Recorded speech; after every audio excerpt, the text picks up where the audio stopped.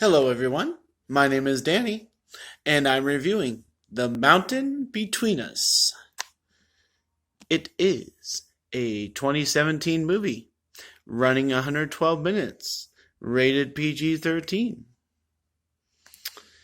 Oscar winner Kate Winslet and Golden Globe winner Idris Elba star in the sweeping, suspenseful drama based on Charles Martin's novel. When a plane they've chartered to beat a storm crashes in a remote mountain area, two strangers must trust each other in order to survive the extreme elements. With little hope of rescue, they begin a perilous journey that will shape the course of their lives.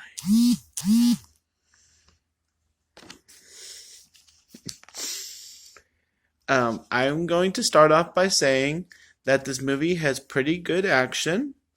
There is a couple of elements of surviving that it kind of gives away along the way. And the first one is with an animal. About halfway through is with some ice. And at the end, there's kind of a trap. And that I didn't see coming whatsoever. And that's always a good thing. So there's three kind of big surprises, and the whole element of surviving, just walking along, and I'm not really sure if they follow the rule of 3 weeks without food, 3 days without water, and 3 minutes without air. I don't. They kind of throw that in at the beginning, and they had it on the previews, and we saw a lot of the previews when it was coming out in the theaters. I don't know if they really followed that rule. And I kind of get lost in the timeline, and they're just kind of there and surviving and here and there, and they sleep for a couple days and they walk for a couple days, but other than that, it has really good action and it keeps it moving, so that's good. And then there's good points of arguing because they like to argue, especially the first hour. They talk a lot and they just keep talking, then they kind of get upset on certain things, and there's a couple twisty things, I would say, not real twists, but they get upset with each other, they argue, they have good things to say, they have good talking points, there's good conversation back and forth to keep things moving.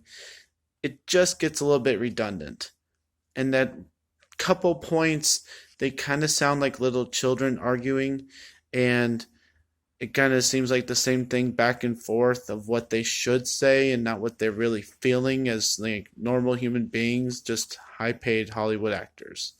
So otherwise, I enjoyed the conversation. I enjoyed the talking.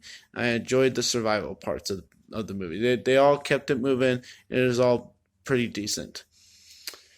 The big thing about it being a big movie when it's coming out into theaters is that we saw the preview like a million times. And I'm doing my review here for this movie in March of 2018 when probably every other movie review out there has already seen it 10 times, I don't know. But they did the review probably when it was in theaters. And that's fine. But the reason why I watch movies like this is because I just can't see them all in the theaters, obviously. It used to be because of finances. Now it's because of finances, and I don't want to see every movie on theaters. I like to wait and take my time, and I have a list of movies to watch, and I'd rather see the ones I enjoy seeing. So, the big thing with this is that everybody told everybody that the bad part of this movie was the intimacy scene. And I don't think it was that bad. There wasn't anything really wrong with it. The problem I had is how they had energy to do what they did for what we got to see. But these people are trying to survive for their lives. And you would think that, some cuddling and maybe some quick action, I guess, would add warmth to the body or something. But no, they painted it out to be a pretty good love scene.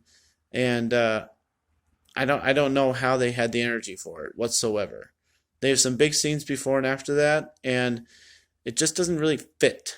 And it felt pushed, and it felt very much like a Hollywood love scene. I just didn't care for it, but it wasn't bad. and not like everybody has painted it out to be. So just don't expect too much out of that, but don't derail it. That it's not the worst thing about it. A couple nitpicky things for me. At the beginning, I heard me and you, and most of the time when I was getting raised, I got told to say you and I, you and I, you and I. Just keep saying that. It sounds better on the ears. Maybe it's not grammatically correct, but I would expect a movie to say it how it sounds right every once in a while. A lot of times I hear me and you, and I don't know why people just have to say it like that. And it just sounds awful to the ears. It's you and I. Most of the time, it's grammatically correct that way. So just say it. Stop saying me and you, please. And then the lady, after this whole ordeal, like she's been in the snow, she's been frozen, she's been not eating, and what's one of the first things that they have to show in this movie is her going swimming. Swimming, surrounded by a liquid that can be cold and stop her from breathing. Okay. She can't go on a plane, but she can surround herself with water that can turn into ice. Doesn't make much sense. Sorry, I just had to plug that in there, but it's a nitpicky thing. The ending is fine. I didn't really have any problems with it. I'm sure most people are going to be, okay, this movie was about one thing. Why is the last 20 minutes the way it is? I don't mind. It's fine. It kind of circled the wagon and then finally got there. And it's fine. I'll give this movie a C because it's slow moving. It is. It takes a while to get to the thing that we know is going to happen. It does have the three twists I pointed out, which does excite anybody to know that there's something happening that they don't expect. But most of the time, it just seems like they're kind of running through their lines and they need to have things to say. And I know that's part of surviving is keeping yourself busy and your mind sharp. But here it just felt like Hollywood actors needing something to say in the movie to keep it going and to keep a scene valid so they can plug it in so they can actually have an hour and a half movie. That's what it felt like. It did feel also like they skipped over a couple things and the time kind of gets confusing, like I stated earlier. So a C for the mountain between us. I'm not even going to get into the point of why it's called a mountain between us, the mountain between us, because they're together the whole time, but I'm not even going to get into that. So it's a fine movie.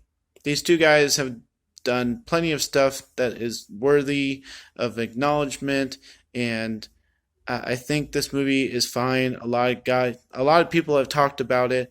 It received a lot of good praise and backlash of being one of the worst movies or whatever, but it's not that. It's just a fine movie. A C for The Mountain Between Us. My name's Danny. If you like this review or any of my other reviews, please watch. Hit like and subscribe for me, and enjoy your movies, guys. Thanks.